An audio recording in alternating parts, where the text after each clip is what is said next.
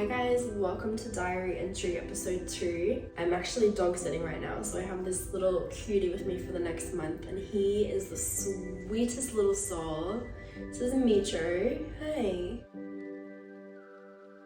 So, if you guys watched episode 1, I had just had a bit of a meltdown and I was speaking about singleness, navigating new experiences, managing expectations, including your own shattered expectations. And today I'm going to be, following along from that and speaking about change. Now, change, in my opinion, is a topic that we probably don't talk about enough, but it's something that we all navigate. And it's definitely one of the scariest things in the world because to me, at least, change means a big question mark. And oftentimes a question mark is scary. It's like walking down a dark alley, like you don't know it's like walking down a dark alley, right? Like you don't know what's ahead and you don't know if what's ahead is better than what was behind. And then as you're walking down this alley, like you might get a little spooked or something might be different and you can find yourself fumbling and getting really, really scared. And when you're scared, you're often not acting in your own best interests. And anyway, I just want to speak to that because the truth is it's been really hard. I wanted to speak to my experience of dealing with this and share with you guys some of the advice that I've picked up from my mentors, my counselors, my friends, the Bible, a bunch of different places, because I don't want you guys just to embrace the change. I want you to thrive as you're going through change, because the sooner that we can learn these tools, and of course there's many others, this is just a few of the key ones that I've really been embracing lately, the easier it gets, because change just keeps coming at us. And there's that quote that says, change is inevitable, but growth is optional. And I want us to keep growing and learning and evolving together. So here is a couple of the tips that I've been really, really holding on to. And by the way, you're gonna have to deal with my voice. I'm so sorry. I have had a 48-hour flu that whacked me. I actually slept 19 hours yesterday, my Oura Ring told me.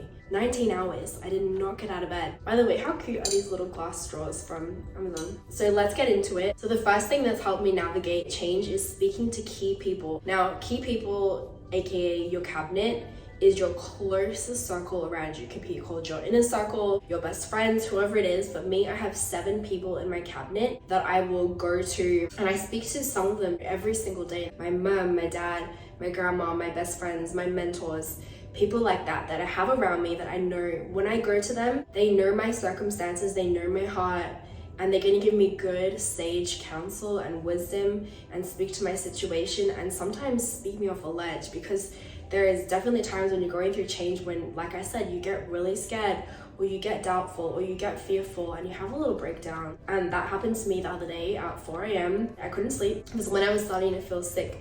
And you know when you're starting to feel sick, and by the way guys, no one talks about it, but when you're an adult and you're sick and living by yourself, it's just the crappiest feeling. And anyway, I was starting to feel sick and I was feeling really sad and lonely, and I got in my own head and I just started overthinking and I just started bawling my eyes out. And I ended up calling my dad, and it was 4 a.m. my time, and he was like, Rob, what are you doing awake? And I was like ugly crying into the phone, and I ended up talking to him for an hour and a half. And that is the benefit of having someone in your counsel that can offer you good advice. I mean, sometimes it can be really, really hard when you get stuck in that mindset of, fear.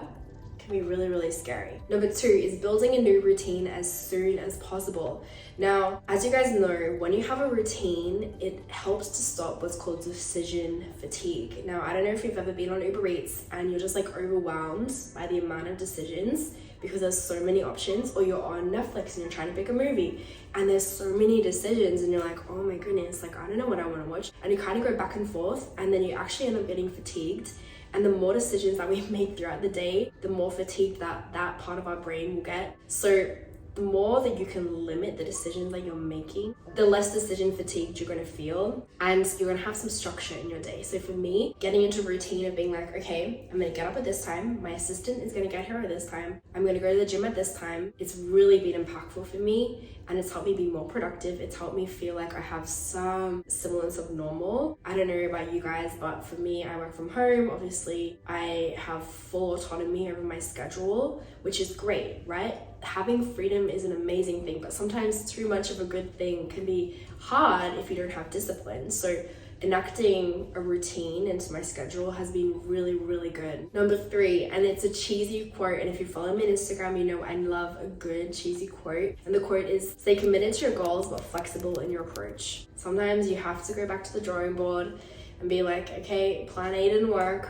plan B didn't work, let's try plan C. And if plan C doesn't work, we'll go back and we're gonna do plan D. And we're gonna do it till it does work, because it will work, but I just have to figure out a different way. And that is not easy to do, because it means you have to be resilient, and it means you have to have perseverance, which brings me to my next point, which is finding your superpower. Now, I'm not talking about invisibility or running really quickly. I'm talking about something inside of you that we all have. We all have different skills and abilities and things that God has given us. Some of us are very empathetic. Some of us have a heart for other people. Some of us are very just intuitive or business-minded. We all have these different skills and abilities, and I believe that mine is resilience. It means that I can get kicked over, I can fall over, and I must still keep getting up. I must still keep being joyful, and it might not be easy, but I must still keep doing it. And I think the sooner that we know what our superpower is, the sooner that we can harness it. And like anything, it's a skill, right? And a skill can be developed, it can be grown,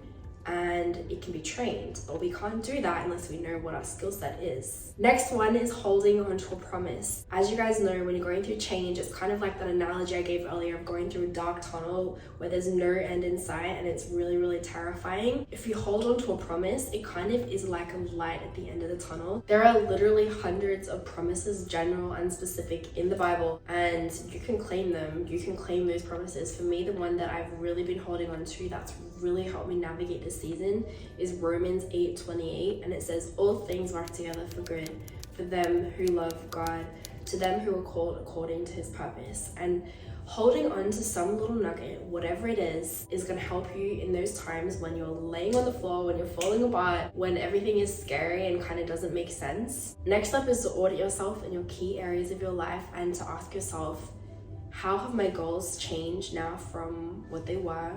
Because when we go through a huge life change, often our goals change, and sometimes our goals don't change, but the execution may. And something that's been tough to, I guess, wrap my mind around and to deal with and process is that change doesn't always have to be a bad thing. Sometimes it can be a good thing. Maybe you're leaving a toxic friend group or a toxic person and you're moving into something different, and it might be really hard, but maybe it'll lead to something good.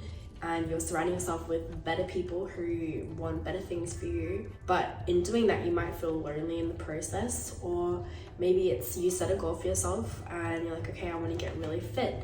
Well, you have to show up at the gym every single day. You can't make excuses. That's going to be really hard, but it's going to lead to something good. So there is good that comes with change. It doesn't just have to be scary. There is positives that come with it, but it doesn't make it any easier walking through it. And as I told you guys, I've been reading a ton of books, listening to audiobooks, and I'm sure you've heard of the book Atomic Habits, and they talk about something in there called a habit loop.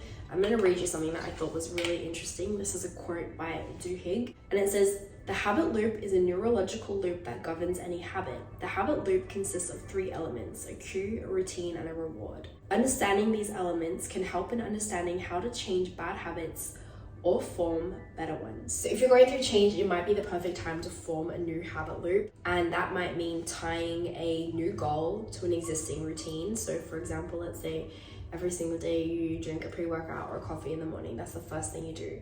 Okay, what is your goal? Your goal is to go to the gym, all right? So now let's loop them together. It's gonna make it a little bit easier. This has made it way easier for me because I don't know about you guys, but so many times I will set a goal and not be able to keep it because it's just too big or it's too ridiculous. So setting smaller goals and starting with like chewable, not biting off more than you can chew, realistic goals, having someone to keep you accountable, and tying that habit to an existing habit makes it way easier. I write down all types of things in my notes, and there is a note that I wrote and I don't know where it came from. It might have been myself, it could have been a movie or a book, I'm not sure, but it's in my notes and I want to share it with you guys. And it said, the moment of impact proves potential for change and has ripple effects far beyond what we can predict, sending some particles crashing together, making them closer than before, while sending others spinning off into great ventures. I just think that's such a beautiful way to think about change, because ripple effects, like think about it. Ripple effects is like kind of like the butterfly effect, right? It's just